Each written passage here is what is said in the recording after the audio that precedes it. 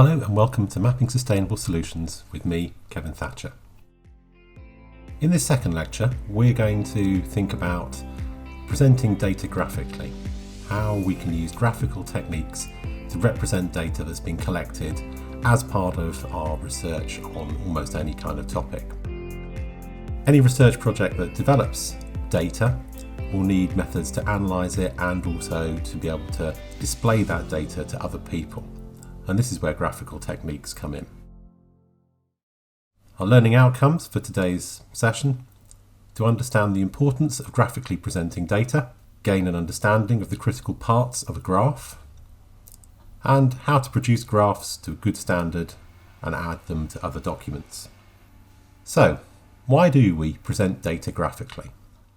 It is an important first step in interpreting data.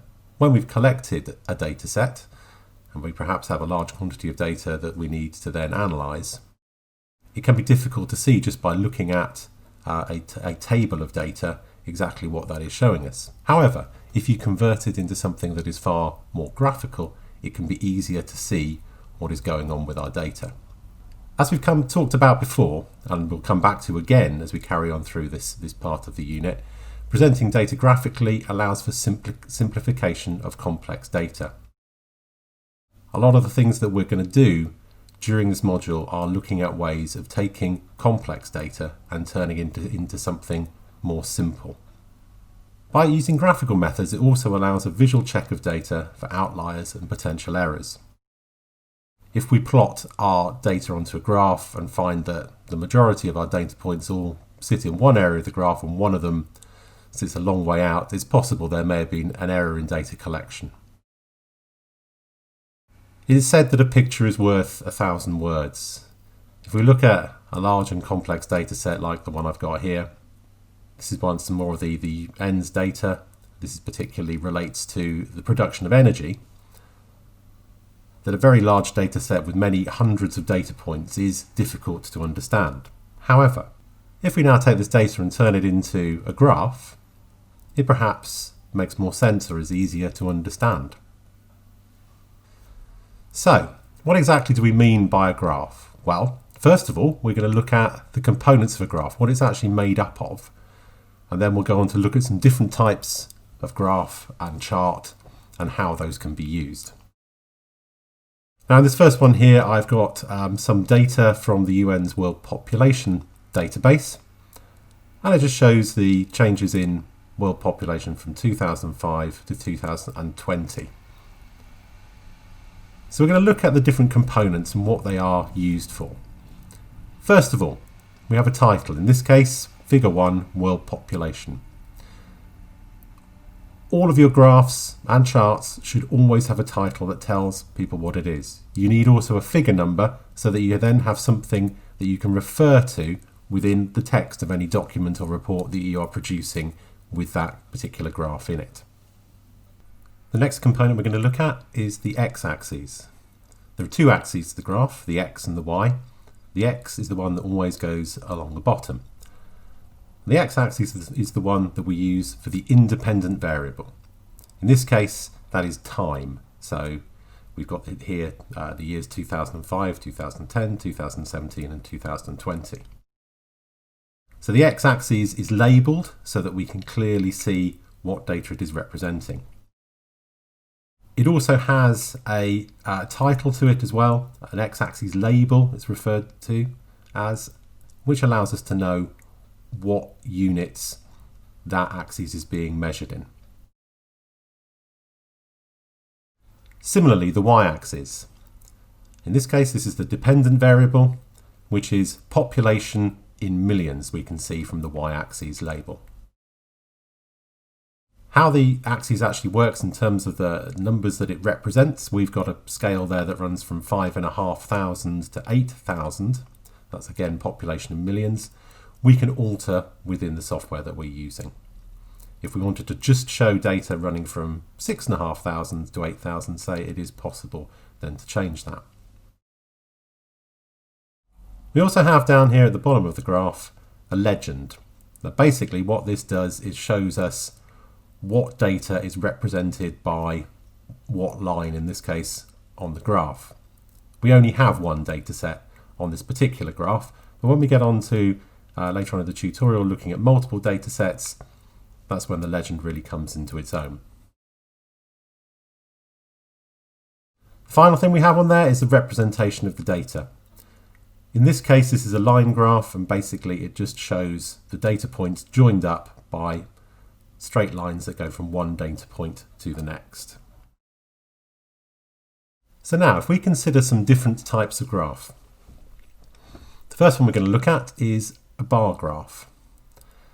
Now, bar graphs are a good way of representing particularly categorical data. In this case, you can see we've plotted some data for the populations of the different continents of the world from data from 2020.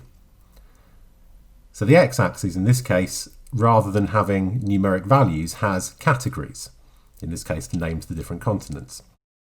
And we then have a bar on the chart representing the different populations for those different continents. Again, the y-axis is population in millions, and we have everything else labelled up there that we need. In this case, I haven't put a legend onto it because we only have one data set. If we have more than one data set, again, we would probably add a legend. For the next one, we're going to look at a histogram. Now, histograms on first look might look a bit like a bar chart, but as you can see, we have a numerical scale at the bottom on the x-axis. And the numerical scale, rather than being single categories, actually runs constantly for the whole of the x-axis. So these are basically data ranges which you're then looking at the frequency of occurrence of values within them. Now in this case there's some data we're using which is a histogram showing height of some seedlings that have been grown after 5 days. I've left the data on the left hand side there for you to have a look at so you can sort of see. So there are, in the first category between value 1 and value 3.9, 3 individuals. And if you look on the data, we can see that. Down at the bottom there's a 1 and a 2 and halfway up a 3. Similarly then between 3.9 and 6.8 there are 5 values that we find, and so on. And that allows us then to plot up the rest of that histogram. So the comparison then. What is a histogram or a bar chart? Bar charts are used to compare variables, whereas histograms display the distribution of a variable. So if you think about that from the 2 examples that we've used, our histogram that showed the distribution of heights of seedlings, whereas the bar chart we'd used showed the differences between population numbers in different continents of the world. Bar charts, as I said earlier, plot categorical data, while histograms plot quantitative data. Ranges of the data are grouped together in intervals, as we saw in that last example. Bar charts do not have a continuous scale on the x-axis because they only respond to the categories of data that we have, whereas histograms plot continuous data. So while they may look similar to some extent, they are 2 very different things. Our next type of graph that we're looking at is the pie chart. The pie chart basically uses proportions of a circle which are then assigned to the different categories, and the proportion of the circle comes from the data values that we have. So again, looking at continent populations 2020, exactly the same data as we looked at before. That is how that then comes out as a pie chart.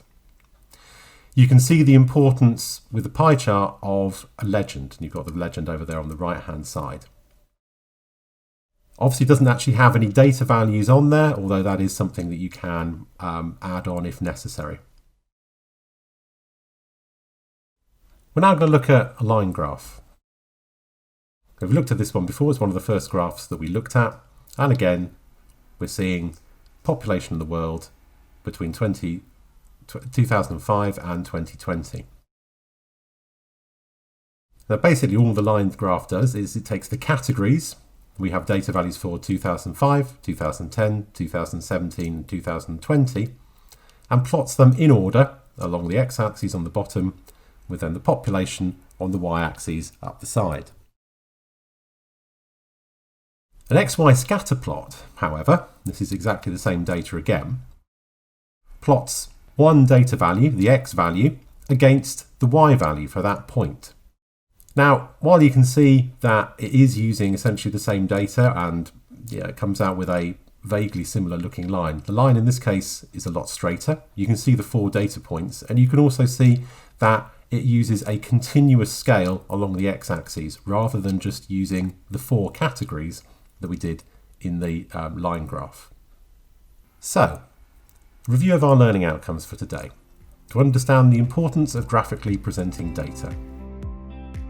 Gain an understanding of the critical parts of a graph, and then to produce graphs to a good standard and add them to other documents.